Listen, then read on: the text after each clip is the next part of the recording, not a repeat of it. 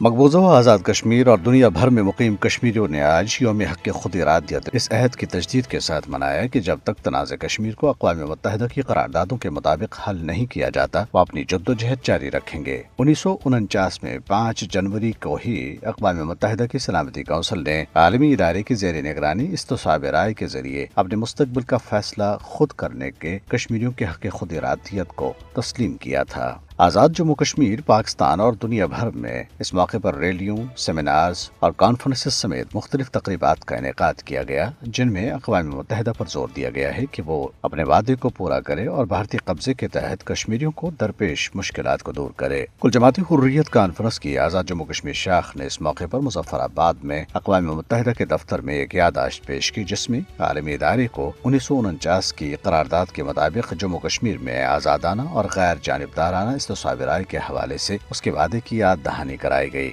مظفر آباد، میرپور اور آزاد کشمیر کے دیگر علاقوں میں ریلیوں سے خطاب کرتے ہوئے مقررین نے مقبوضہ جموں کشمیر میں جدوجہد آزادی کو دبانے کے لیے بھارت کے ظالمانہ ہتھ کنڈوں کی مذمت کی۔ یوم حق خود ارادیت کے سلسلے میں اسلام آباد میں کل جماعتی حریت کانفرنس کی آزاد جموں کشمیر شاخ کے زیر اہتمام منعقدہ ایک سیمینار، جس کے مہمان خصوصی سابق صدر آزاد جموں کشمیر اور سفارتکار مسعود احمد خان تھے، میں مقررین نے کہا ہے کہ 5 جنوری 1949 سمیت مسئلہ کشمیر سے متعلق اقوام متحدہ کی قراردادیں بدستور مؤثر ہیں اور اقوام متحدہ کو چاہیے کہ وہ ان قراردادوں پر عمل درآمد کرائے، کیونکہ ان کے نیم البدل کے طور پر بھارت کی طرف سے مصنوعی حل ٹھونسے جانے میں ناکامی کی طویل تاریخ، مقبوضہ علاقے کے زمینی اور تاریخی حقائق اور اس مسئلے سے جڑے خطرات ان قراردادوں پر فوری عمل کی اہمیت کا پتہ دیتے ہیں۔ سیمینار میں گلگت بلتستان کے ترجمان فیض اللہ فراق اور کل جماعتی حریت کانفرنس آزاد جموں کشمیر شاخ کے سابق کنوینر محمد فاروق رحمانی نے خطاب کیا اور دیگر رہنماؤں اور صحافیوں نے شرکت کی۔ کل جماعتی حریت کانفرنس نے سری نگر میں ایک بیان میں عالمی برادری بالخصوص اقوام متحدہ سے مطالبہ کیا ہے کہ وہ کشمیری عوام کے حق خود ارادیت کو یقینی بنائے۔ بیان میں مقبوضہ جموں کشمیر میں بھارتی فورسز کی طرف سے جاری نسل کشی اور ظلم و جبر کی مذمت کرتے ہوئے خبردار کیا گیا ہے کہ بھارتی اقدامات